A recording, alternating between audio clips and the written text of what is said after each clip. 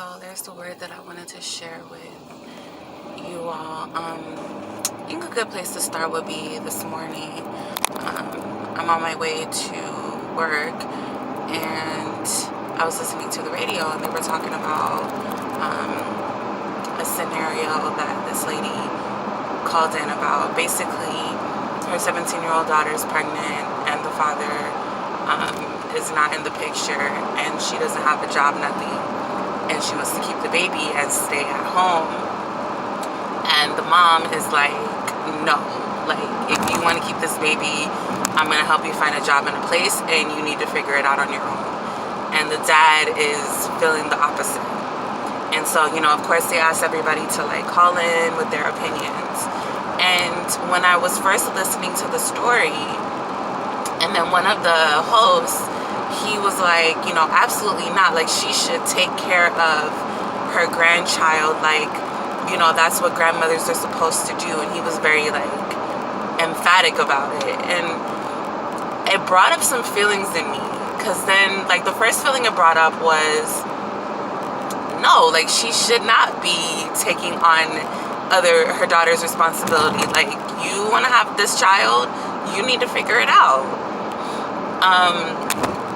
I've already raised all my kids, whatever. That was my first reaction to it. But then, I started thinking, about his perspective. What makes a person be so emphatic, because there's a reason why I'm emphatic about my position.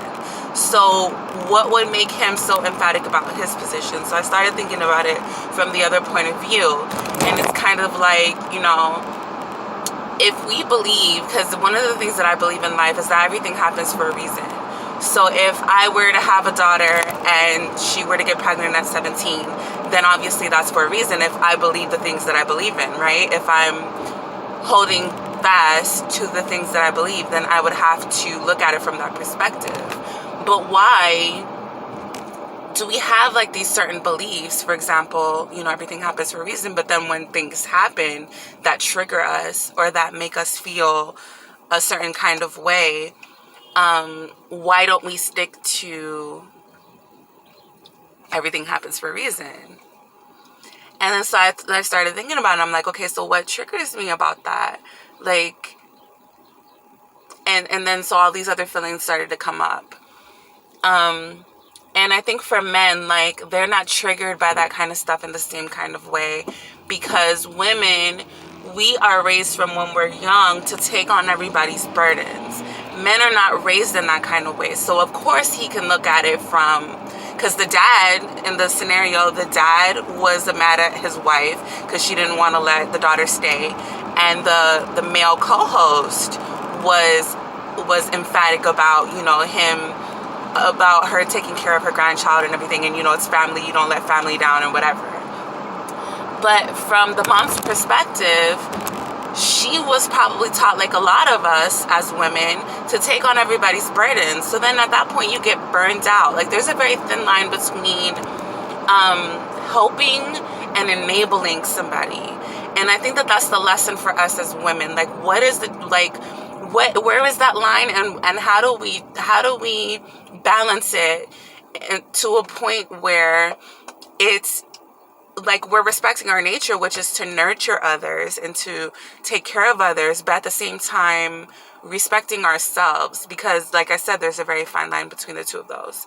And we are taught to just give. And even if you don't have any more to give, find some more to give, because everybody in your family is depending on you. And then so we kind of are ingrained with that. And so we do that with our family. And then when we become adults, we do that with the men in our lives. And then it gets to the point where we're burnt out. So then we start resenting other people. And, all these other feelings start coming about because of that one thing. So then, my thinking as I'm driving, I'm like, okay, I'm working through all of these, processing all of these feelings that I'm having, instead of just jumping on the first trigger. Because I was the feelings were bubbling up in me. I'm like, no, she shouldn't have to take care of her daughter's baby. If the daughter wants to have the baby, then she needs to go figure it out, like I said. But then, I kind of worked through that, and I'm like, I don't want to have that reaction. Like, where is that coming from? And I started, like, talking myself through the steps. And now I'm at the point where it's like, if everything happens for a reason, then there's another solution. Like, sit down with your daughter and come up with a plan together with her. Like, what in the perfect world, what would you want this to look like?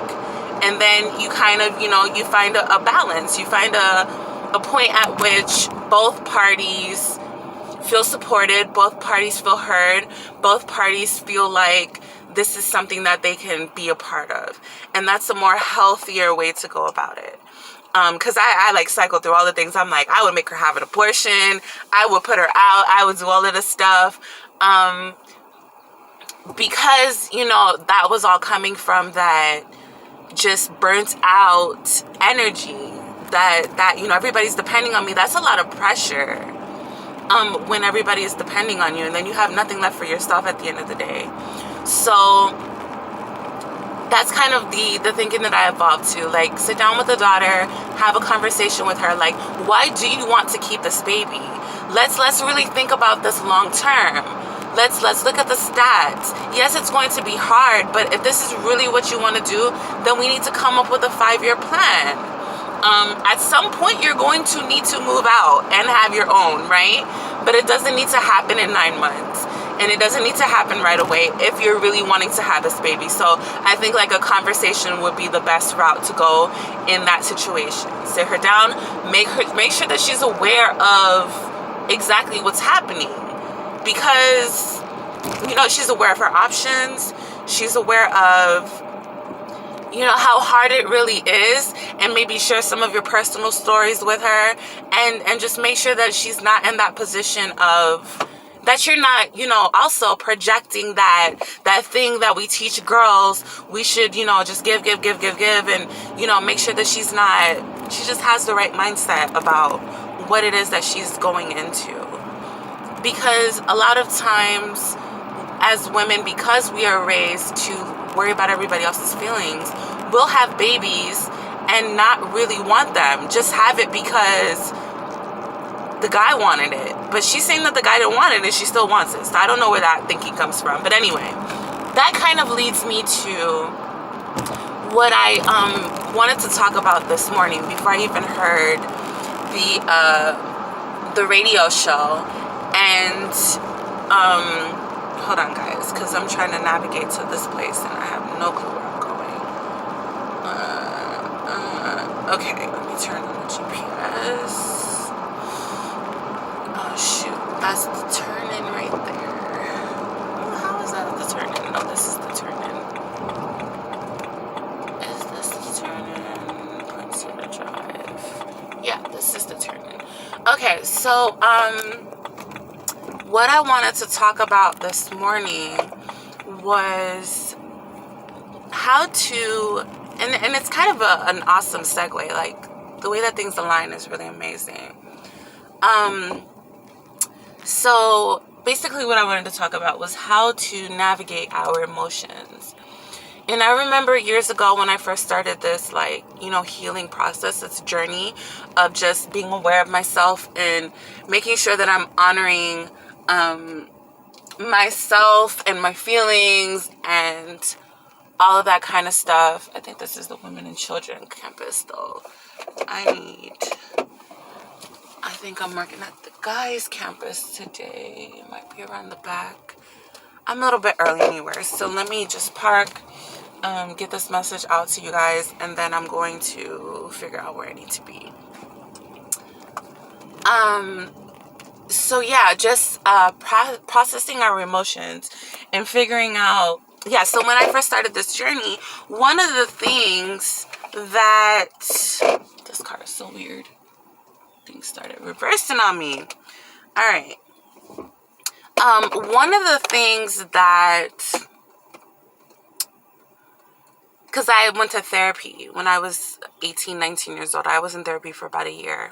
So I think I started when I was 18, almost turning 19. And then I stopped when I was 20 or something like that. And one of the things that we were working on was me unpacking a lot of emotions from my childhood. And she would want me to like connect with my emotions, and I'd be like I don't know how I feel. Like, how do you feel? And write down your feelings in your journal. I do not know how I feel about this. And at the time, I couldn't understand why. I didn't know how I felt. And now, like, it just clicked for me this morning, which is very weird because I'm like, 10 years later. It just like really started to click this morning. And the reason why I didn't know how I felt was because I had pushed down those emotions so far that they weren't even within my conscious realm anymore.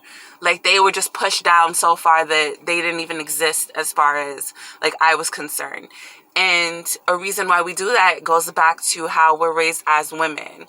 And I'm not even gonna put what, because women are raised, to take on everybody's burden, but sometimes men are too. It depends on who your parents are. If you have parents that are super emotionally needy, we can go into the whole narcissistic parents, whatever, but parents who themselves don't know how to process their own emotions, they're going to pass that on to you. And they're going to look for you to process their emotions for them because they can't do it. And this is all happening unconsciously. It's not like they're sitting down saying, you know what, I don't want to deal with my emotions today. Let me just throw it on my kids. No, it's just something they do because they themselves have been taught to push down their emotions. And how does that happen? It happens very subtly. It happens when you're in the car and your parent is stressed out about some shit that, it doesn't even exist in your kid world, work or whatever adult issues they had. And you were feeling a certain kind of way, and naturally we express our emotions. We're taught to suppress them. That's not a natural reaction, in humans. So, oh no, you don't know what you're talking about. Just be quiet. And they don't want to hear it because they're already stressed out. They can't take on your stuff too. And so, that's not their fault, but also they could, I hope with this video, the main goal is to, make a lot more people aware of how important it is to be in tune with what we're feeling and process it. Okay, so I'm not going to get into that whole thing. I'm just going to stop right here. They're already looking at the window like, who is this parked right here? They're probably going to come and be like, because this is a security facility. Okay, I got a couple minutes though still. Alright, I don't want to get too off track with this. So I realized that was the reason why I didn't know how I was feeling. Like, people would be like, process your emotions. How are you feeling? I didn't know because it had been pushed down so far. And at this point, what would have been disappointment or shame or whatever has turned into something else now. And then I realized, the further you push it down, it turns into anger. And then that's what we hold inside of us. And then that comes out in various different forms. We'll get into that in some other video maybe.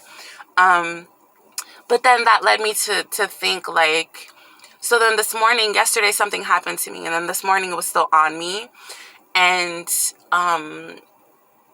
for some reason it just, like I said, clicked 10 years later. So I was like, okay, this is still coming up. So obviously I'm feeling some type of way about it. And my natural reaction at this point is no longer to process. Well, now it is, because I'm evolving. I'm making that circle back around to my my true natural state, which is to process those emotions, feel them, and then work through them.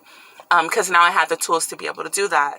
But before, my survival instinct would just tell me, oh, just get over it. It's not a big deal, because that's what my mom would tell me. I would, want to talk to her about certain things, and she'd just be like, get over it. You're too sensitive. You're too whatever.